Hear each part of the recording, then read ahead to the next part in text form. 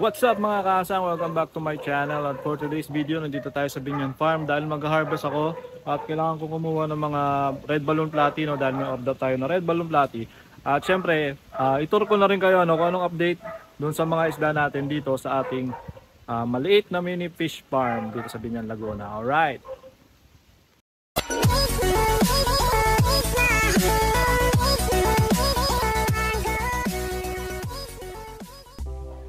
So yun mga kasang, samahan nyo ako mag-ikot kung anong meron sa atin dito ngayon at kung anong nga ba yung mga update doon sa ating mga alagang isda dito at kung may pagbabago ba na nagaganap dito sa ating farm. So ayun nga, unahin ko na yung kukunin natin, no? Dahil may order ako na 40 pieces na red balloon platy at maingay yung aso doon sa kabila. So sorry na lang. Ayan, marami na tayong red balloon platy dito at naglakihan na yung mga dati nating fry na nakikita. Pero meron rin naman mga kasunod na fry ulit. So ayan, kukuha tayo dyan ng mga 20 to 40 pieces dahil yun nga yung order natin. Kaya yun yung talagang pinunta ko dito.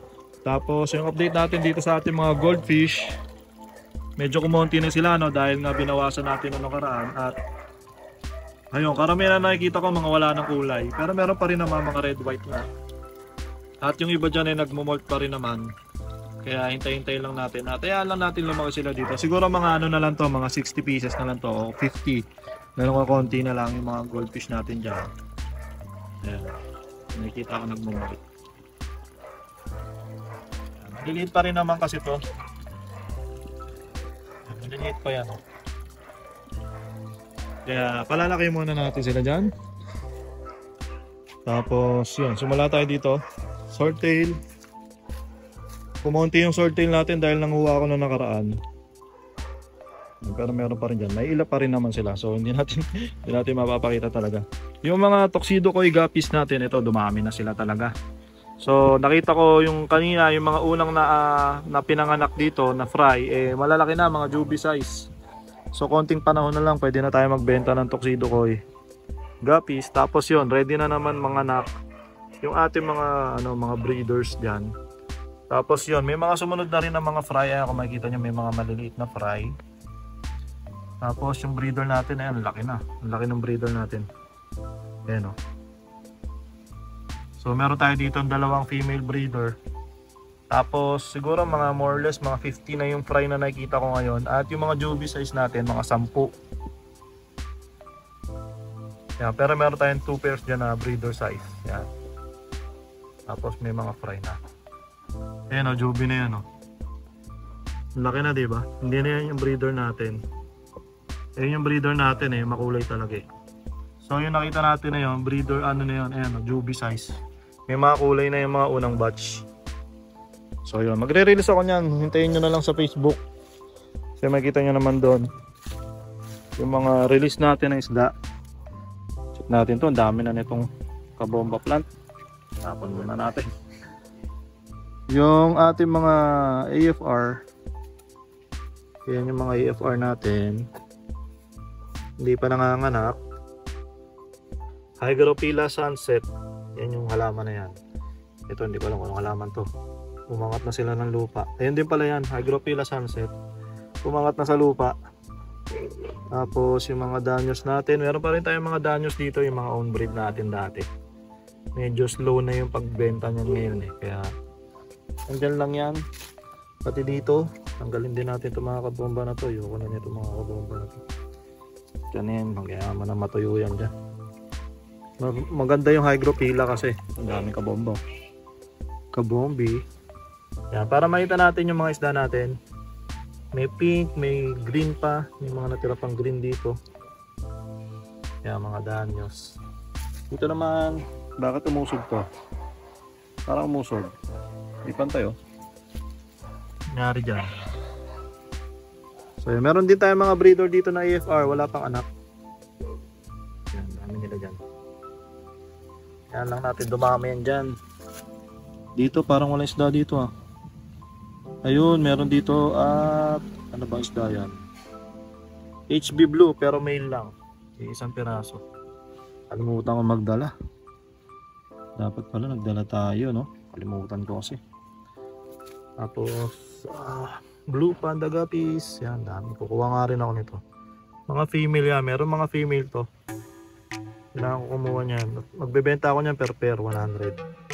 Per pair muna tayo dahil konti lang yung ating female na blue panda guppies. Ito naman yung ating albino koi guppies. Yan. Dalawa ay isang male, tapos 4 na female, pero hindi pa rin dumadami. Kailan kayo dadami? Mahina yata yung male natin ah. Parang dalawa yung male natin dito. Dalawa ata. Ayan, dalawa nga yung male. Tapos ilang female yan. Dumadami. Dito naman, dito ako nagpapanak dati ng ano eh, blue ano, tawag doon, Danyos, yung ano, leopard. Ayan o, hindi na dumami. Hindi na sila dumami dyan. Dito naman, nandito yung ano natin, no? Yung female natin na crayfish. Ayan. Buried na daw to, sabi ni Papa. Ayan, buried niya. So meron na tayo ulit hihintayin na craylings soon. Dahil meron tayo isang buried dito. Ito, walang laman ata to. May molly pa ako dito. Kalahin mo yun, may molly pa. Molly pa tayo dyan, men. Silipin naman natin itong mga binibreed natin dito na guppies at mga ginagrow out natin na guppies. Itong tab na to, meron tong mga ano eh, mga blue panda. Yan, lumalaki na sila ng konti.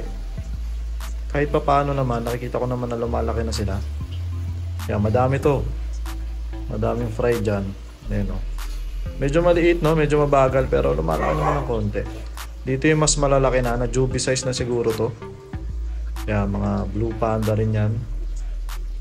So yun, yung mga nag-aabang guys, no, hintay-hintay lang kayo kasi wala akong female talaga eh. Kung puro male na blue panda, meron ako. 50 pesos ang isa.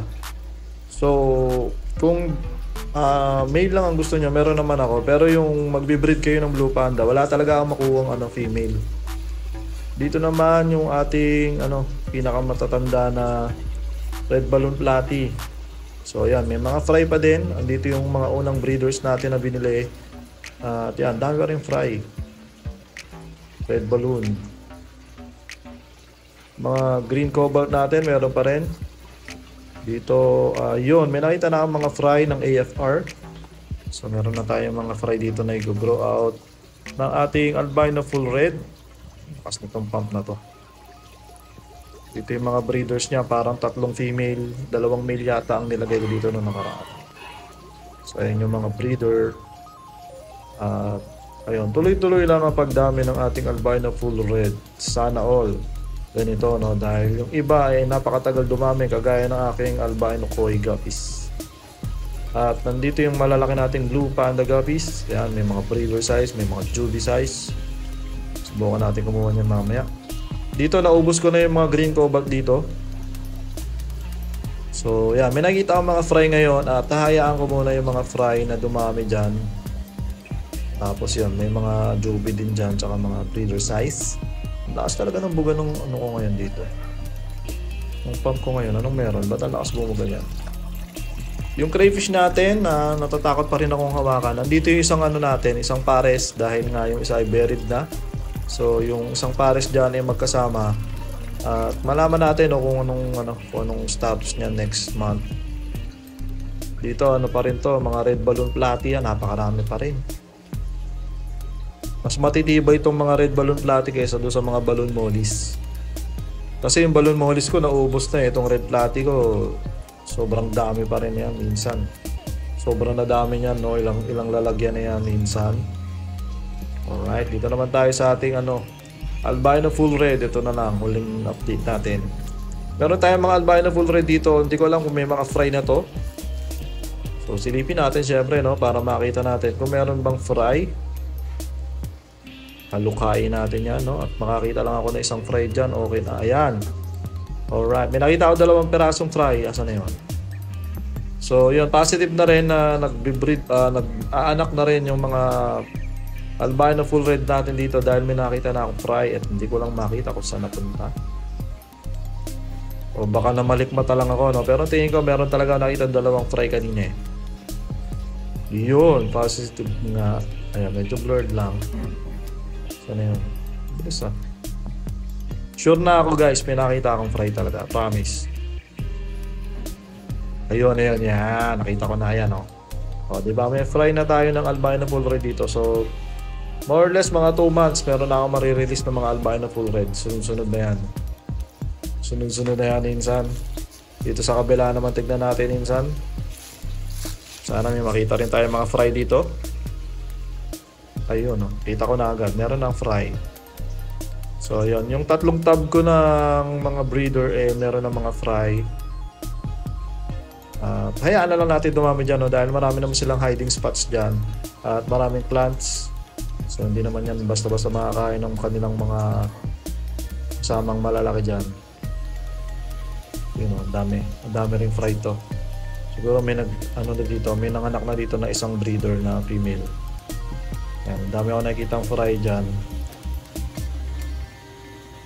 So mga ilang weeks, ilang months, mga 2 months nga, makaka-release na rin tayo dyan. At sana walang mangyari dito sa ating mga breeder para tuloy-tuloy ang ligaya at tuloy-tuloy ang ating pagbe-breed ng ating mga isda. Alright mga kasang, no, sana nag-enjoy kayo sa update natin. At sa mga gustong order sa akin, Hendrix Backyard sa Facebook. At Hendrix Backyard TV sa Facebook din, makikita nyo yan. Tsaka meron tayong TikTok, Hendrix Backyard. Yan, hanapin nyo lang. Peace out!